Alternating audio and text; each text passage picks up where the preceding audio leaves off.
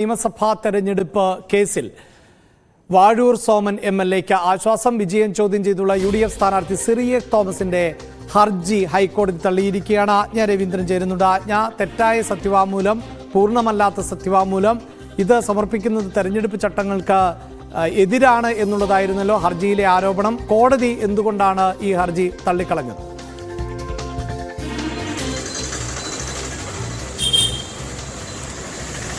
അഭിലാഷ്, അതുമായി സംബന്ധിച്ച വിധിപ്പകർപ്പ് പുറത്തു വരുകയുള്ളത്. നിലവിൽ കിട്ടുന്ന ഏറ്റവും പുതിയ വാർത്ത എന്ന് പറയുന്നത് വാഴൂർ സോമനെതിരായ തെരഞ്ഞെടുപ്പ് അതായത് ചട്ടലംഘനം നാമനിർദ്ദേശ പത്രിക സമർപ്പിച്ചത് ചട്ടങ്ങൾക്ക് വിരുദ്ധമായി എന്ന് കാണിച്ചുള്ള സിറിയക് തോമസിന്റെ ഹർജി നിരുപാധികം തള്ളിയിരിക്കുകയാണ്. ഇന്ന് വിരമിക്കുന്ന ജഡ്ജി മേരി തോമസിന്റേതാണ് വിധി.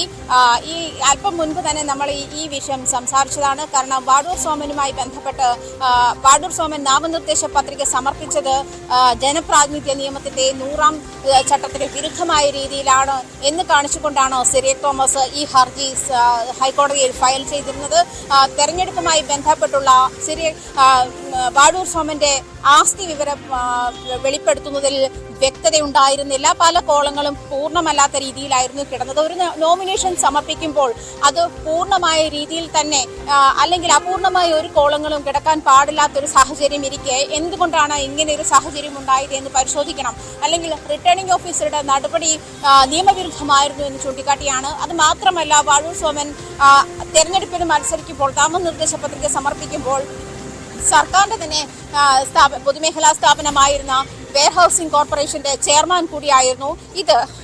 ഈ നാമനിർദ്ദേശ പത്രിക സമർപ്പിക്കുമ്പോൾ അദ്ദേഹം ആ സ്ഥാനം രാജിവെച്ചിട്ടുണ്ടായിരുന്നു. അതുകൊണ്ട് തന്നെ അത് ഇരട്ട സ്ഥാനം വഹിക്കുന്നതിന് തുല്യമാണ് എന്നൊരു സാഹചര്യം കൂടി സിറിയക് തോമസ് ചൂണ്ടിക്കാട്ടിയിരുന്നു. എന്നിരുന്നാലും CPIക്ക് ഇപ്പോൾ ആശ്വാസകരമായ ഒരു വിധിയാണ് ഇപ്പോൾ ഉണ്ടായിരിക്കുന്നത്. ബിജിമോൾ MLA ആയിരുന്നു കഴിഞ്ഞ 3 ടൈം, ഇതിനു മുൻപുള്ള 3 ടൈം ES ബിജിമോൾ ആയിരുന്നു അവിടെ നിന്നും നിയമസഭയിലെത്തിയിരുന്നത്. അതേസമയം ഈ തവണ വാഴൂർ സോമന്റെ പേര് കാനം രാജേന്ദ്രന്റെ അടുത്ത ആൾ അല്ലെങ്കിൽ അയ്യായി എന്നുള്ള തരത്തിലേക്ക് CPM നിരുപാധികം മുന്നോട്ട് വെക്കുകയായിരുന്നു എന്ന് വേണം മനസ്സിലാക്കാൻ. അതുകൊണ്ട് തന്നെ ഇത്തരം ഒരു സാഹചര്യം ഉണ്ടായാൽ അത് CPIക്ക് നാണക്കേടുണ്ടാക്കുന്ന, പ്രത്യേകിച്ചും LDFന് നാണക്കേടുണ്ടാകുന്ന ഒരു സാഹചര്യം ഒരു പക്ഷേ ഉണ്ടാകുമായിരുന്നു. എന്തായാലും അതൊന്നും വാഴൂർ വിജയനും CPIക്കും LDFനും ആശ്വാസകരമായ വിധിയാണ് ഇപ്പോൾ ഹൈക്കോടതിയിൽ നിന്നും ഉണ്ടായിരിക്കുന്നത്. അഭിലാഷ്, തീർച്ചയായും അവിടെ ആജ്ഞ സൂചിപ്പിച്ചതുപോലെ തന്നെ വാഴൂർ സോമനെ സംബന്ധിച്ചിടത്തോളം വലിയ ആശ്വാസമാണ്. ഒരു തെരഞ്ഞെടുപ്പ് ഘട്ടത്തിലാണ് ഈ വിധി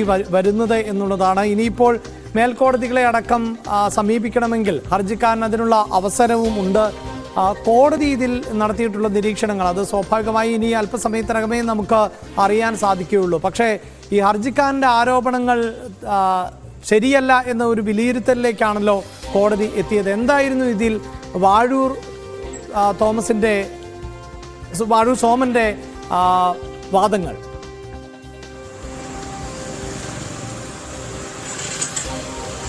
താൻ തെരഞ്ഞെടുപ്പ് ചട്ടവിരുദ്ധമായിട്ട് ഒന്നും ചെയ്തിട്ടില്ല എന്ന് തന്നെയായിരുന്നു വാഴൂർ സോമൻ ഉന്നയിച്ച എതിർവാദം.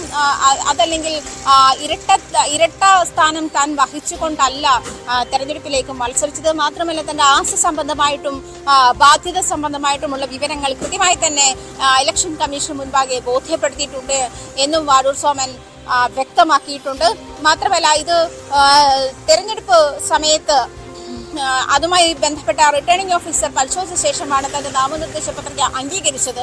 അതുകൊണ്ട് തന്നെ അതിൽ നിന്ന് വ്യക്തമാണ് താൻ അത്തരം കാര്യങ്ങളിൽ ഒരു തരം മാനിപ്പുലേഷൻ ഉണ്ടാക്കിയിട്ടില്ല എന്ന് വ്യക്തമാക്കുന്ന രീതിയിലാണ് വാഴൂർ സോമൻ പ്രതികരിച്ചത്. എന്നിരുന്നാലും സിറിയക് തോമസ് സൂചിപ്പിച്ചിരുന്ന ഈ തെരഞ്ഞെടുപ്പിൻ ജനപ്രാതിനിധ്യ നിയമത്തിന്റെ 100ാം വകുപ്പ് അനുസരിച്ചിട്ടാണ് ഈ സിറിയക് തോമസ് വാഴൂർ സോമനെതിരായ ഹർജി ഹൈക്കോടതിയിൽ ഫയൽ ചെയ്തത്.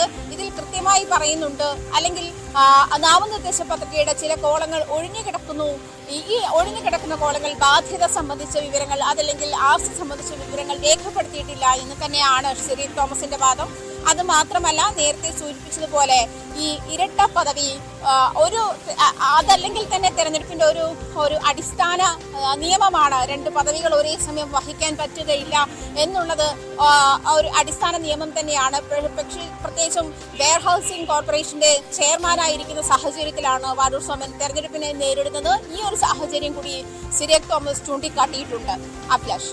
റൈറ്റ്, എന്തായാലും സിറിയക് തോമസിന്റെ വാദങ്ങൾ കോടതി അംഗീകരിക്കുന്നില്ല. വാഴൂർ സോമൻ ആശ്വാസകരമായ വിധി ആണ് ഇപ്പോൾ ഹൈക്കോടതിയുടെ ഭാഗത്ത് നിന്ന് ഉണ്ടാകുന്നത്. MLA ആയി അദ്ദേഹത്തിന് തുടരാൻ പറ്റുന്ന സാഹചര്യം ആണ് ഉള്ളത്. ഇനിയിപ്പോൾ ഹർജിക്കാരൻ മേൽക്കോടതി